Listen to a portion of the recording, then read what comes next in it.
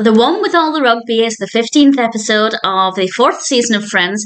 This is directed by the brilliant James Burrows, and as always, there will be spoilers from now as I talk about what happens in this episode. I don't actually have that many notes. Usually when I discuss Friends, well, depending on the episode, I can have quite extensive notes.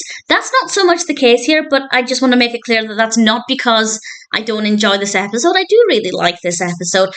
So I will talk about things by group. Sometimes I do it chronologically. With an episode like this, it's definitely easier to just talk about the main parts of the narrative, and I'll do it with the smallest amount of thoughts first, and then the largest amount of thoughts. And the part of the story I have the least amount of notes on involves Emily, and I think this is partly because I'm not a big fan of Emily. I've mentioned this before. I don't care for the character very much.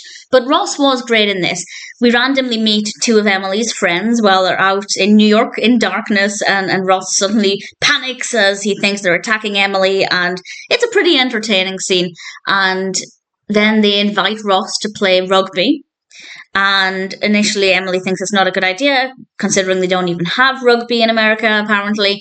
But Ross decides he's going to do this. And we spend a lot of time with the other guys and playing rugby, and we get this brilliant performance from David Schwimmer, and we get the Red Ross aspect, which is an absolute delight. And I genuinely believe that Ross was injured as well afterwards. So we have a really good performance. We had a nice moment where Joey was sharing some tips.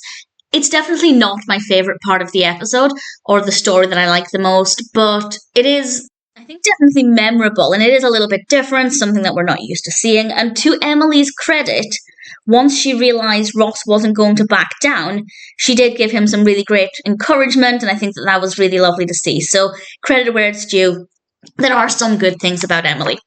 We then have what I consider to be filler, but also really fun. It's the part where Monica discovers a switch in the apartment. They are, of course, still in the other apartment, and the switch does nothing. And I am on Monica's side. If there is a switch and you don't know what it does, that is so irritating.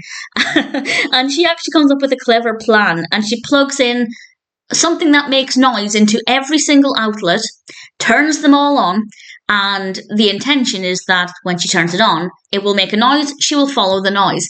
And Joey starts to make a noise, which I just think is adorable. And then she ends up having to hang up loads of hand-drawn pictures, which looks tremendous fun, very brightly coloured. And it's because she's punched holes in the walls to try and find this. She's gouged out a lot of the walls and even the floor as well. So definitely filler, but I liked it. And I thought it was quite fun. And I like the fact that we are still slightly focusing on the fact that the girls are still in this apartment, and there's a comment about how Joey never flushes the toilet, and it's definitely filler, but I had fun with it. Then we have my favourite part of the episode, and it actually is established in the opening. Rachel and Chandler are getting their nails done at the nail salon, and Rachel is sitting on this big red nail, and Chandler points out that he knew somebody who used to have nails like that, and then we hear the telltale call of Janice.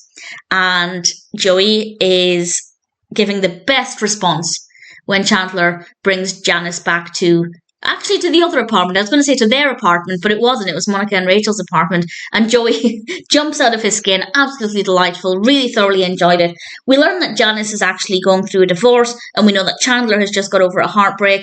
So there was every chance that this would kickstart the relationship, but Chandler is definitely finding a lot of things about her to be quite irritating, and I do think that we can only take Janice in small doses. I don't know what it would be like if Janice became a long-term girlfriend of Chandler and she appeared in every episode or every couple of episodes. Honestly, I think it would get a bit much. I love her. I love the character. I think Maggie Wheeler did an amazing job with the character, but definitely Janice in small doses is the right way to go. And Chandler decides he has to end it before this relationship even begins again. She's not willing to listen to him, though. So he decides to move to Yemen. Obviously, he's not actually moving to Yemen, but he's pretending to, and it's not enough. Janice won't let him go, and she ends up going to the airport with him, and he has a really awkward exchange with somebody at the airport as he's trying to buy a fake ticket to Yemen, and it's delightful, and I had a lot of fun with that part of the narrative. I think it's a very iconic part, Chandler moving to Yemen. I imagine, as it was the case for me, this was my introduction to Yemen, because obviously I was quite young when I started watching Friends. My geography was even worse then than it is now, if that's possible to believe. And I doubt I would have had a reason to have heard of Yemen before then. So this was my introduction to Yemen, and therefore, every time I hear the word Yemen or read the word Yemen, this is all I can picture.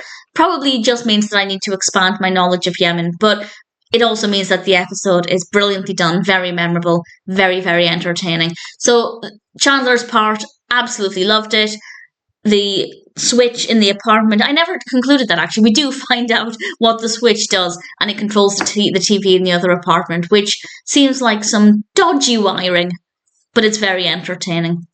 And then Emily is okay. I guess at this point she's not tremendously annoying, but I'm still not a fan. But I did like Ross in this, so definitely not a bad episode with some pretty great moments.